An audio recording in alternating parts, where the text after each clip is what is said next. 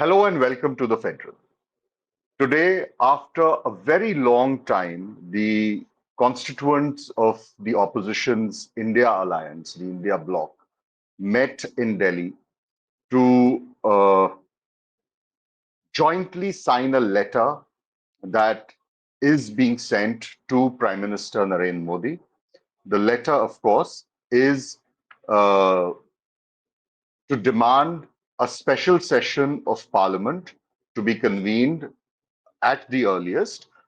It's been a demand of the opposition ever since the April 22 Pahalgam terror attack and subsequently Operation Sindoor, the India-Pakistan ceasefire.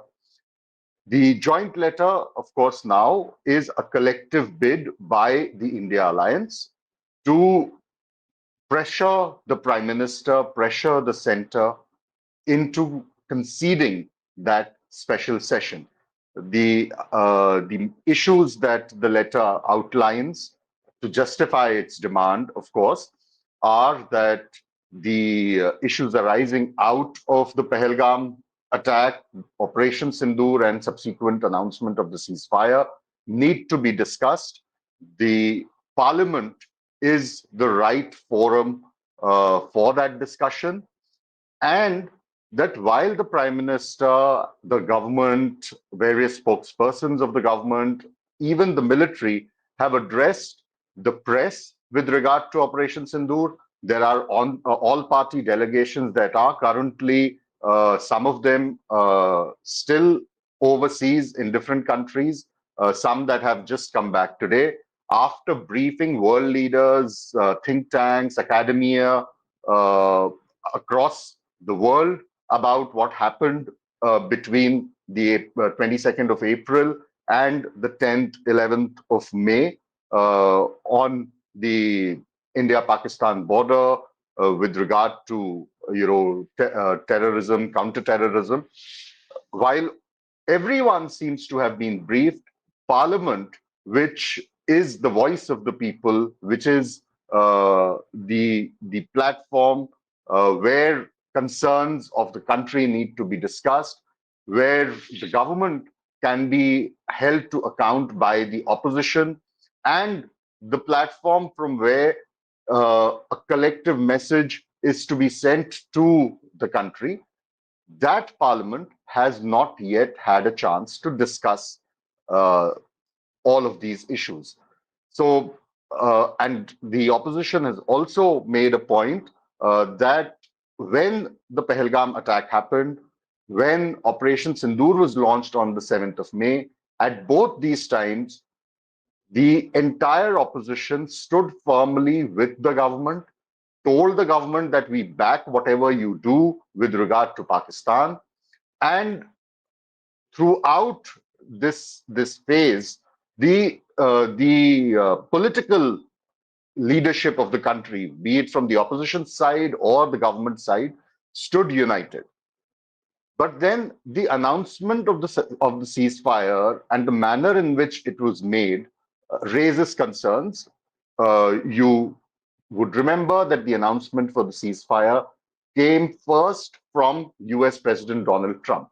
He made that announcement on Twitter, something that's unprecedented in such matters, and said that India and Pakistan had both agreed to a full and complete ceasefire. So the opposition has ever since been asking, how is it that this announcement came from Donald Trump? What was his role? Because President Trump has been saying repeatedly that it was he who negotiated the ceasefire. And not just that, but also that he used sort of a threat of stopping trade with India, stopping trade with Pakistan if the two countries did not agree to a ceasefire. So the opposition says that these are very serious matters and these need to be discussed. The only way they can be discussed, the only way the country can be taken into confidence, the opposition can be taken into confidence, is if these are discussed threadbare at a special session of Parliament. Now, this is, of course, all of what today's meeting of the India Bloc leaders was about. The letter has been sent, and the government as far as we know as of now, is not keen on conceding this special session. The government's argument is that the monsoon session of Parliament anyway is to be held around, as it always is, the third or the fourth week of July, which is next month.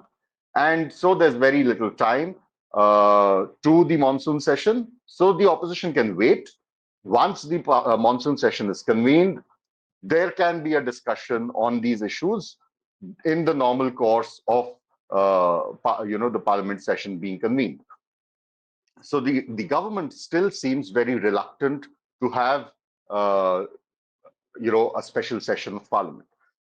The other thing about today's meeting, of course, is the irony of it, which is that while the effort was to present a united opposition, pressurizing the government into giving India, giving the country answers to serious questions, significant questions. The way it was conducted and the result of it has only ended up exposing the chinks within the opposition. So from what was supposed to be an exercise to present opposition unity against a poor handling, perhaps, of the government on the diplomatic front, that exercise turned into an incident that exposed the chinks, the fissures within the India bloc. Now, of course, differences in the India bloc are nothing new. We've talked about it many times. Ever since the Modi government was sworn in for a third term, there have been various issues on which the India partners have had differences. But in today's meeting, these differences were sort of very in your face. Mr. Sharad Pawar's NCP, or his faction of the NCP, decided to stay away. They have not signed the letter, even though Mr. Sanjay Raut of the Shiv Sena UBT said that he will go back to Bombay and speak with Mr. Pawar, try to get him around. But it was clear that the NCP is not on board. Mr. Pawar is already on record saying he does not support the demand for a special session. The Aam Aadmi Party, which is also, at least in name, still part of the India bloc, has also made it very clear to these 16 parties that signed the letter today that the AAP is not going to sign a joint letter. The AAP will send a separate letter, even if it is the same demand, even if it conveys the same sentiment as the one that is conveyed by today's letter. The letter that the AAP will send will be a separate one.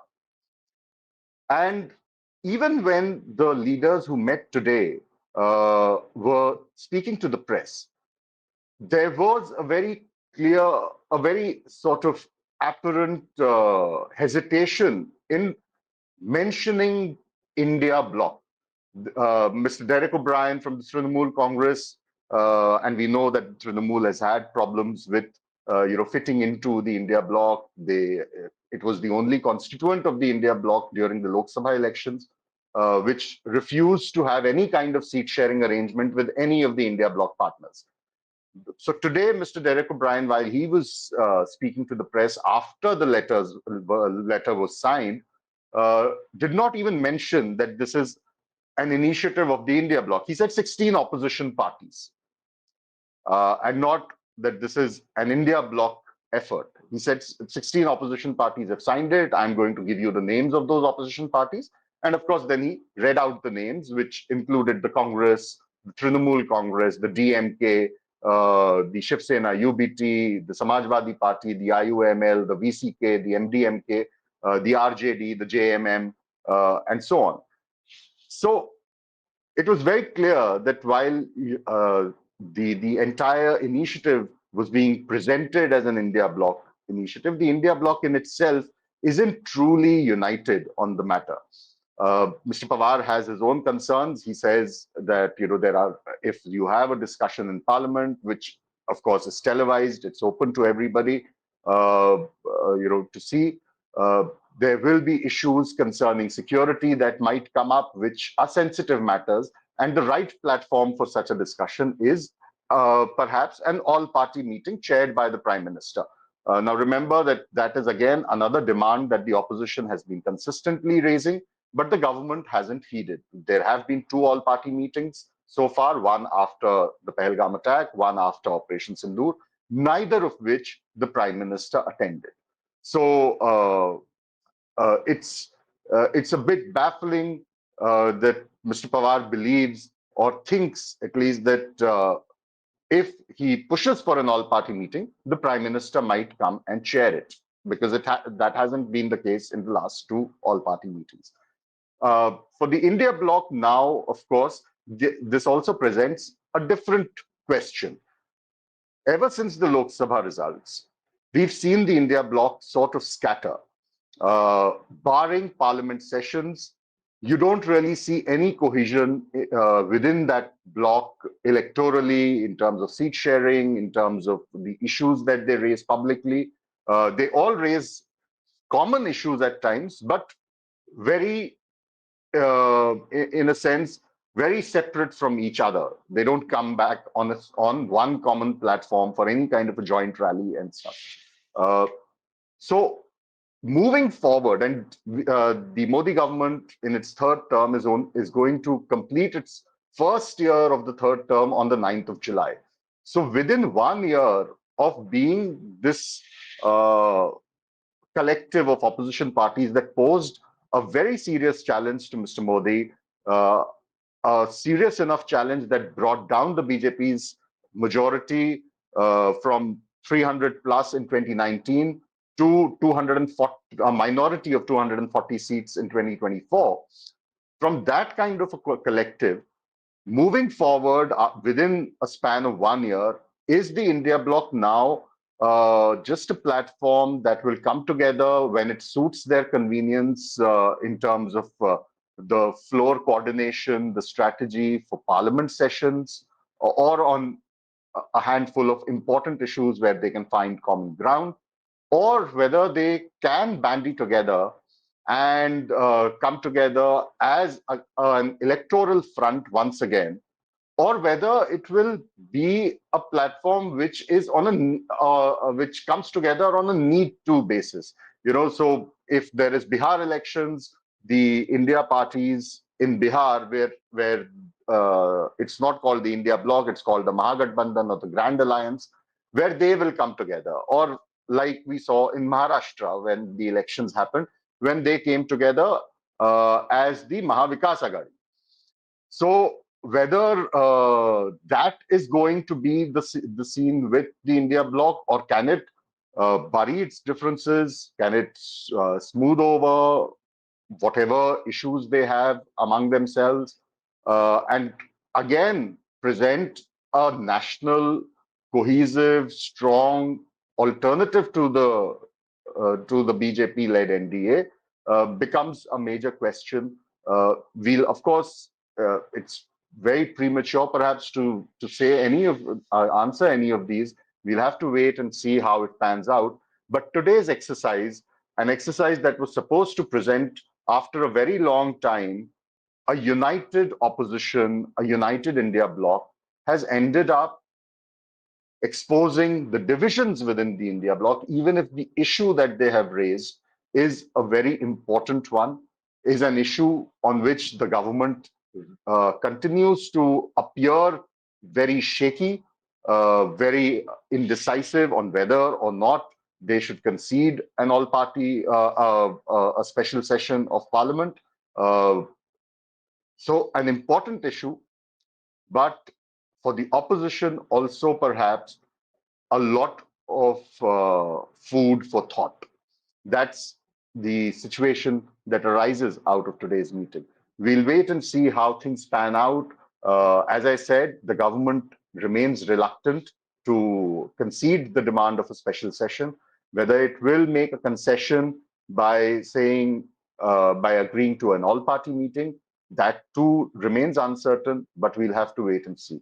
But we will keep bringing you such updates as and when things develop.